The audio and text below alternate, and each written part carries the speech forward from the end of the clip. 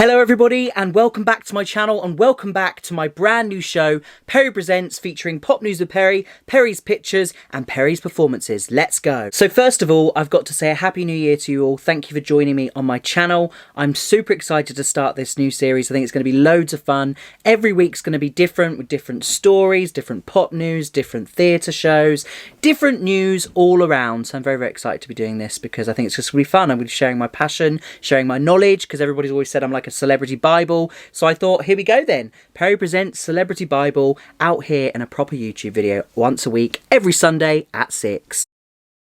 Let's get into pop news. Now, this week was a massive week for Little Mix in terms of sales, claiming this year's, well actually 2020's, biggest sales week for a British act on the official UK albums chart with 49,887 sales, which is incredible. Wasabi also reached 100 million streams on Spotify, making it their first album track to do so and their 14th song to reach this milestone.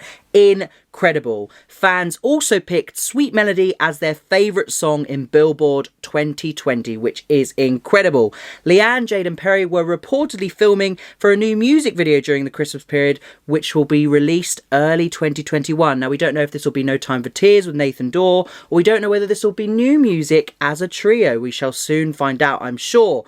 And then also, Perry Edwards from Little Mix is about to drop Disora. Are you ready? You should be. Anyway, she has teased Disora, which I think might be a new brand deal, might be something coming with Perry, who knows? Fans have speculated that it's the new trio name, but I don't think they'll change their name Little Mix, but we shall see. Let me know in a comment below what you think Disora is, but I can't wait. Hashtag We Are Disora. Can't wait for that. Also talking about Little Mix, Leanne's new documentary will air in February on BBC iPlayer and it is titled Leanne, Colorism and Race. I can't wait for that. I love Leanne, I love what she stands for and I'm really, really excited to see that. Moving swiftly on to somebody who would like to say so, Doja Cat announces her new album, Planet Her, which is coming out in 2021. I'm super excited to hear that. After a huge success in 2020, I'm really looking forward to seeing what she brings to the table in 2021.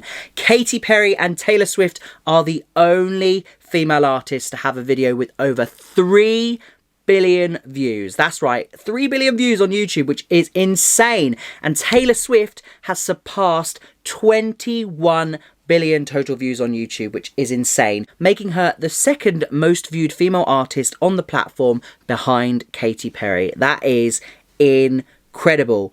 And according to sources close to Katy Perry, Witness the Tour could come to Netflix in early January. Fingers crossed, I would love to see that. And then we've got more music news with Nicki Minaj, who has reportedly removed everything from her Instagram bio and hinting that a new era is coming, and I can't wait for it. I love a bit of Nicki Minaj. And then we've also got Rosé and Lisa from Blackpink debuting their solo debuts, and I can't wait to hear music from them. I love Blackpink, they're awesome, so to hear their solo music will be very interesting. So Avril Lavigne has been back in the studio with Machine Gun Kelly and Mod Sun, and Mod Sun announced a new single featuring Avril Lavigne, Flames, which is out on January 8th. And then of course we've got Kylie Minogue and Dua Lipa pairing up for Real Groove, which was the Studio 2054 remix. I think that's how you say it. Is it Studio 2054 or is it Studio 2054? Anyway, that is a bop and it is out right now. And then of course we had Justin Bieber drop a brand new track, Anyone, which actually featured an actress from The Politician. So if you don't watch The Politician, be sure to check that out. But it was very, very cool. And then rumour and according to Beliebers, Fight and the Fury, a new album by Justin Bieber, will drop on January 28th with 15 new tracks. Now that was because in the video you can see a screenshot of this kind of like Fight poster that says that there's a new album featuring 15 tracks called Fight and the Fury. You'll see it in the video. If you look very closely during the Anyone video, you can spot that. But if you hadn't spotted it, I've just let you know. There you go. So hopefully we'll also see a new Justin Bieber album in 2021. And then of course we had Ed Sheeran release his brand new track, The Afterglow. And he did say that it's not from an album, unfortunately. It was just a nice song that he liked, that he hadn't released before. So a very, very special one-off. And then even more exciting pop news, Sony Music's Instagram account have teased an Adele comeback this year, saying 2021 is coming, with a screenshot of Adele on SNL, so we could actually see Adele, new music 2021. So we've got Bieber, Adele, Ed Sheeran. It's all about the new music already. And then Anne-Marie has teased a collab with Lil Nas, which is also reportedly in the works, and I can't wait to hear that. And finally, of course, we cannot forget Harry Styles has released the most amazing new music video, Treat People with Kindness, featuring Phoebe Waller-Bridge from Fleabag. Now, I love Fleabag, I love Phoebe, I love Harry. I think this is already the collaboration of the year and exactly what we needed to start 2021. Remember to treat people with kindness. Here's a little clip from the video.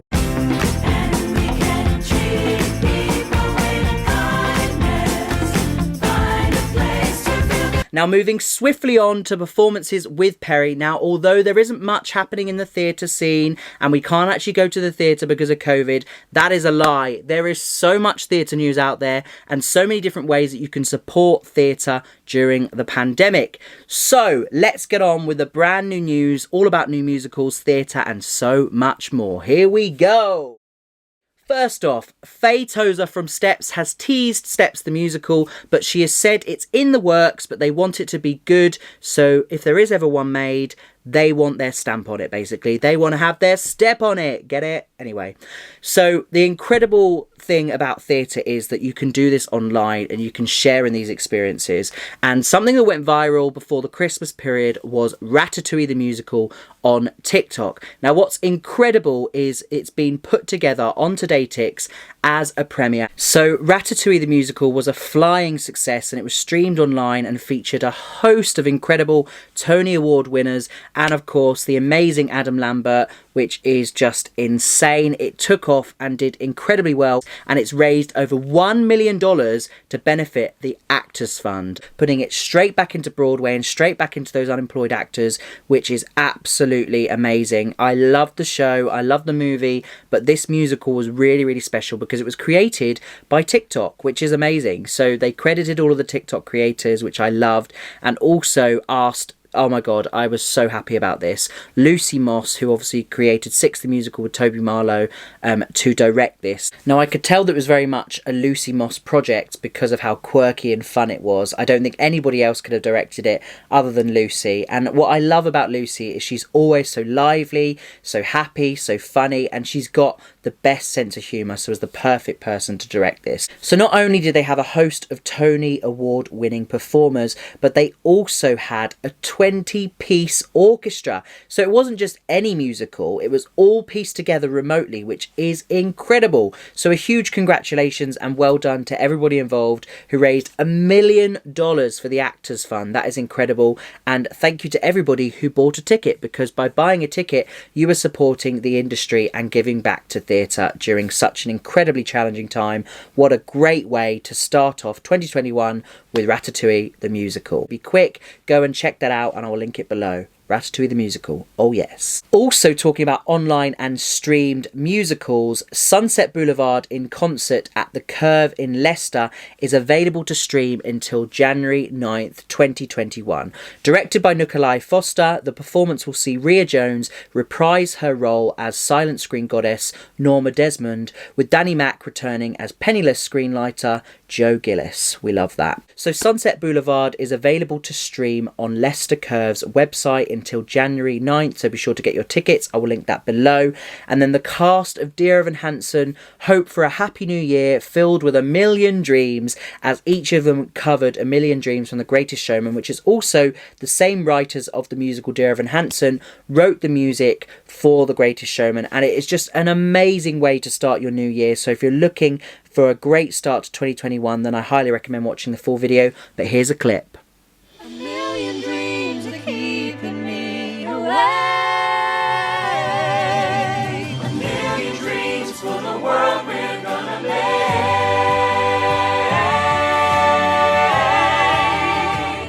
More theatre from home news. Uncle Vanya, which was produced by Sonia Friedman and was on the West End at the beginning of 2020, has been shown on BBC4, and you can catch that on BBC iPlayer. But it's an extraordinary, transfiguring leap from stage and screen, said The Observer. a must-see, The Telegraph.